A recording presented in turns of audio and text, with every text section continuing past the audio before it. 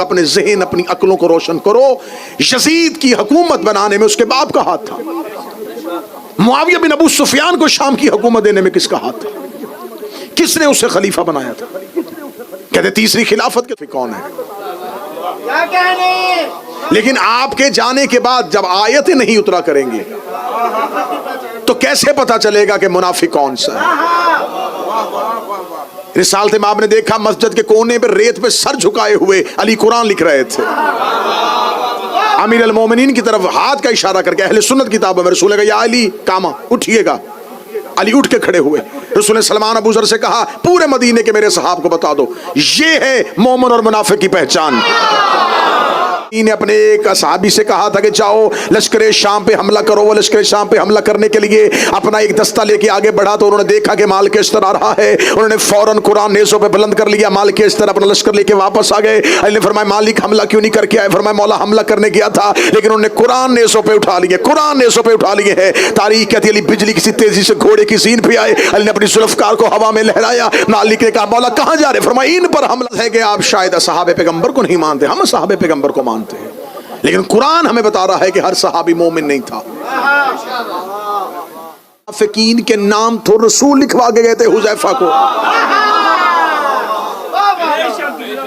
وادی عقبہ 12 منافقین کے نام تو اہل سنت کتابوں میں لکھا ہے. صحیح بخاری نے لکھا ہوا ہے, محدثین نے لکھا ہے کہ رسالت امام نے حضرت حذیفہ یمان کو لکھوا ہے.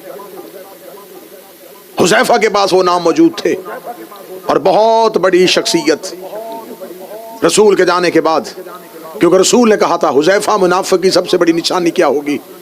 سب سے بڑی نشانی یہ ہوگی نام نہ بتانا. نام بتاؤ گے اسلام یہیں پہ رک جائے گا, تبلیغ اسلام کا سلسلہ بند ہو جائے گا. یقین کریں ہم فیملی بیک گراؤنڈ کی وجہ سے نہ کسی کو چھوڑتے ہیں نہ مانتے. اگر ہم فیملی بیک گراؤنڈ دیکھتے تو محمد بن ابی بکر کو کیوں مانتے؟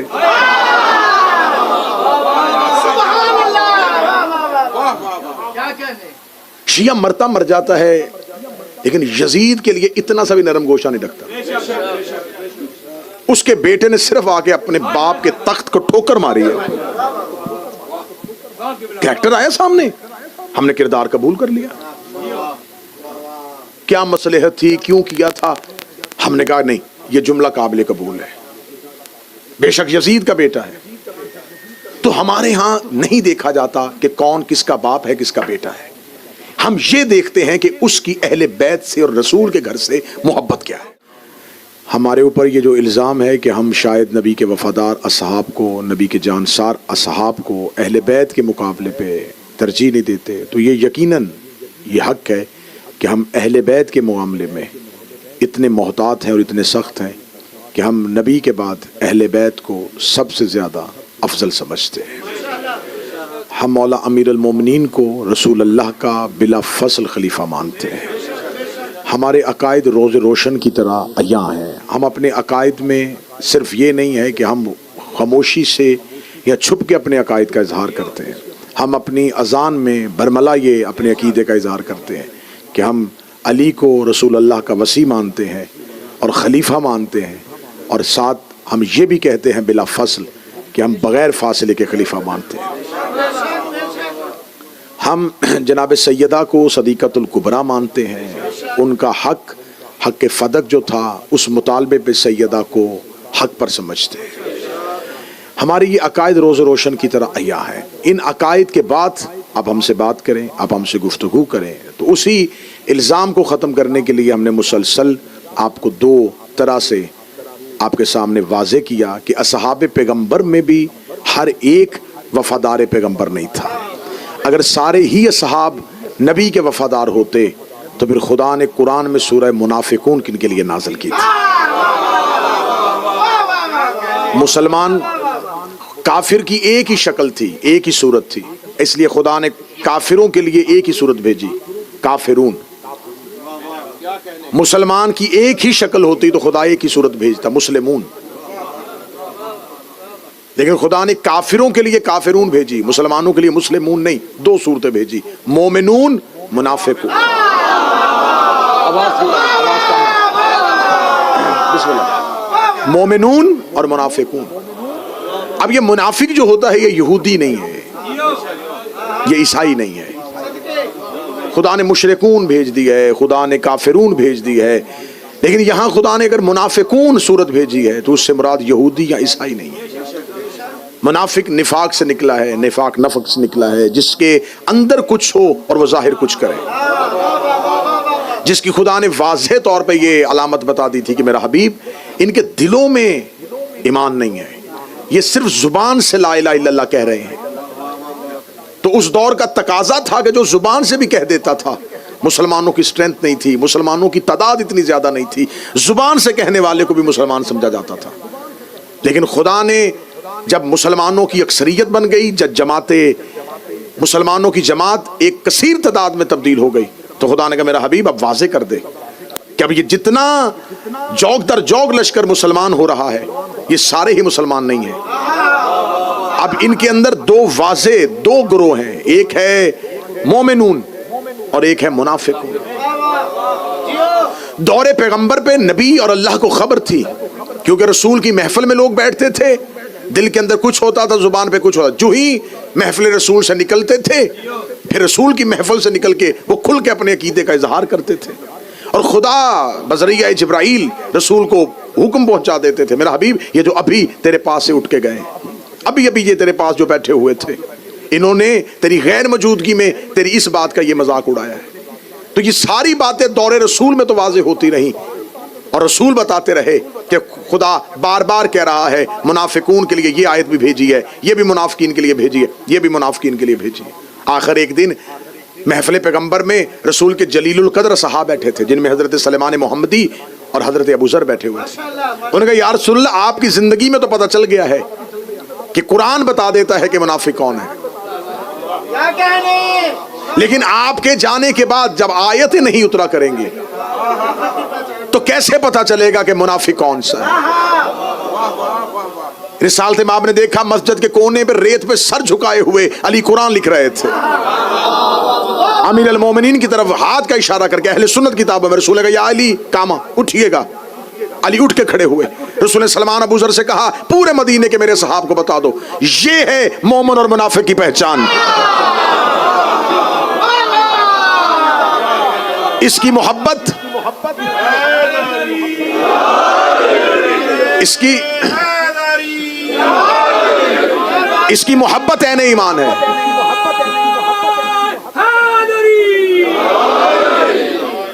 اس کی محبت عین ایمان ہے، اور اس کا بغض منافقت۔ یہ اہل سنت برادران کی جید احادیث کی کتابوں میں مسلسل یہ حدیث درج ہوئی ہے کہ مومن اور منافق کی پہچان صرف اور صرف محبت امیر المومنین، اور خدا نے مذمت کی ہے کہ اگر منافق دل میں ایمان نہ رکھے تو زبان سے کلمہ پڑھے تو اسے کوئی فائدہ نہیں ہوگا۔ ایک شخص نے محفل رسول میں آ کے کہا پوچھا تھا یا رسول اللہ نیکیاں کیا ہیں اور گناہ کیا ہیں، سیئات کیا ہیں اور حسنات کیا ہیں؟ اس نے کہا کہ رسول بتائیں گے نماز نیکی ہے، جھوٹ گناہ ہے، روزہ نیکی ہے، چوری گناہ ہے، زکوٰۃ نیکی ہے، زنا گناہ ہے۔ رسول مجھے نیکیاں گنوائیں گے اور گناہ گنوائیں گے۔ یا رسول اللہ نیکیاں کیا ہیں اور گناہ کیا ہیں؟ اور اس نے فوراً کاغذ قلم نکالا کہ اب رسول نیکیاں بھی لکھوائیں گے اور گناہ بھی لکھوائیں گے۔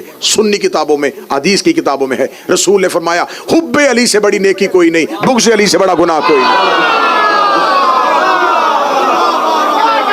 حب علی سے بڑی نیکی کوئی نہیں ہے۔